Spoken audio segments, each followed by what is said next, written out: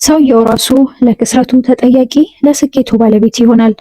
ይህ ደግሞ ለዱንያም ሆነ ለአኼራ ስሌቱ አንድ አይነት ነው። ልዩነቱ የጊዜ የመጠንና የአይነት ብቻ ነው። መልካምን ነገር የሰራና የተከተለ ሰው በዚህችም ዓለም ይሁን በመጪው ዓለም ጥቅሙ የራሱ ነው። ክፉን ነገር የሰራና የተከተለም ሰው ጉዳቱ በራሱ ላይ ነው። እኛ ሁላችንም የልማዶቻችን ውጤት ነን። አንድን ነገር በተደጋጋሚ ስናደርገው፣ ስንቀበለው፣ ስንናገረው፣ ስናስበውና ስንኖርበት በማንነታችን ውስጥ እየዳበረ ይመጣል። ልማዳችን መልካም ከሆነ ሌሎች መልካም ነገሮችን ያመጣል። ልማዳችን መጥፎ ከሆነ ሌሎች መጥፎ ነገሮችን ይስባል።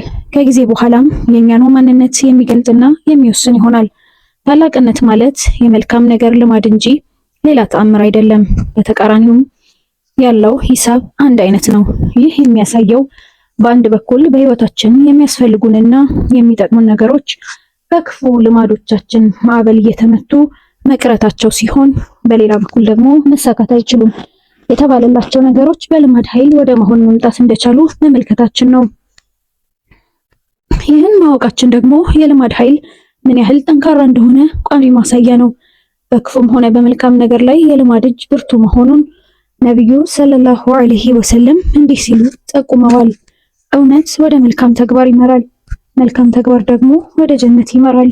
አንድ ሰው እውነት ይናገራል፣ አላህ ዘንድ እውነተኛ ነው የሚል እስከሚጻፍ ድረስ። ሐሰት ደግሞ ወደ መጥፎ ተግባር ይመራል፣ መጥፎ ተግባር ደግሞ ወደ ጀሃነም ይመራል። አንድ ሰው ሐሰትን ይናገራል፣ አላህ ዘንድ ሐሰተኛ ተብሎ እስኪጻፍ ድረስ። ወላጆቻችን ተጽዕኖ ያሳድሩብናል። በመልካምም ይሁን በመጥፎ ነገሮች ውስጥ እንድናልፍ የሚያደርጉ ሁኔታዎች በርካታ ናቸው።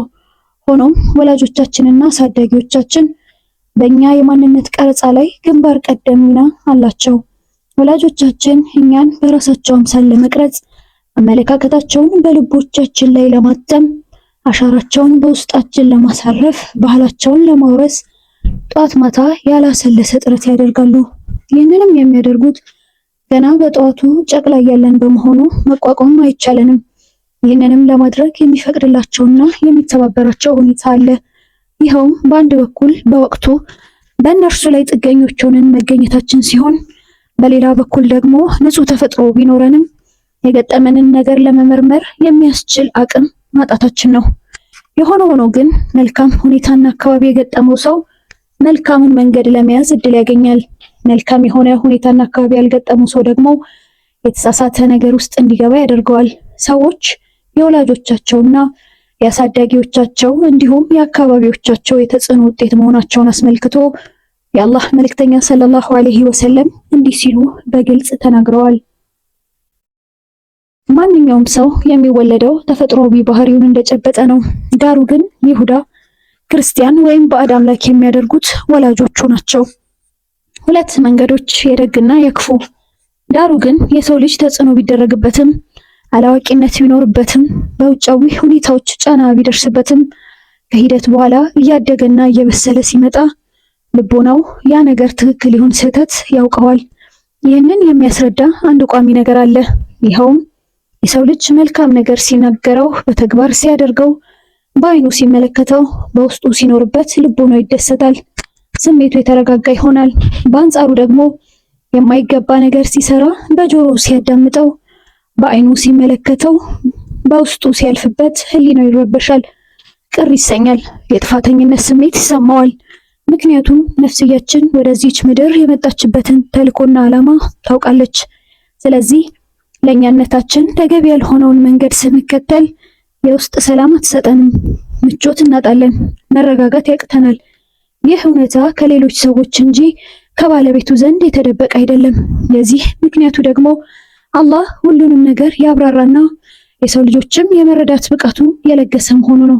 ይህን አስመልክቶ ታላቁ ቁርአን እንዲህ ይላል፣ ልብ የምታደርጉ እንደሆናችሁ ለእናንተ ማብራሪያዎችን በእርግጥ ገለጽን። በተጨማሪም የሰው ልጅ እውነትን ከሐሰት መጥፎን ከመልካም የመለየት ብቃት በተፈጥሮ የተሰጠው መሆኑን እንዲህ ሲል ገልጿል። ሁለት መንገዶችም የደግና የክፉን አልመራነውምን ይላል።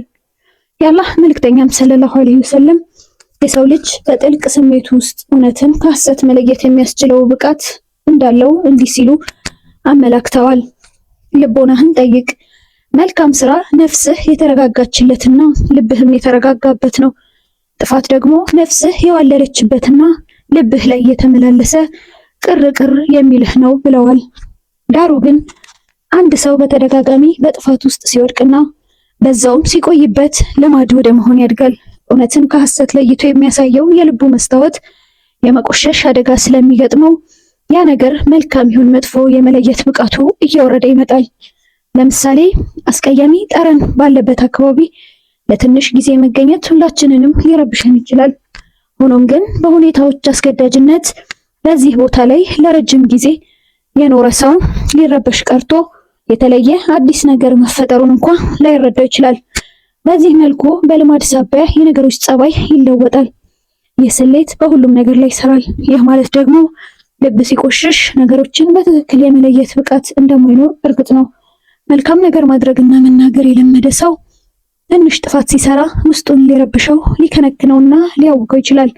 ነገር ግን በተደጋጋሚ ጥፋት ውስጥ መግባት የለመደ ሰው ብዙ የመረበሽ ስሜት አይገጥመውም።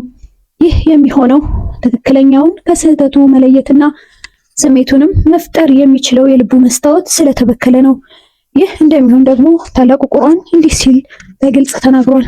ይከልከል፣ ይልቁንም በልቦቻቸው ላይ ይሰሩት የነበሩት ኃጢአት ደገደገባቸው ብሏል።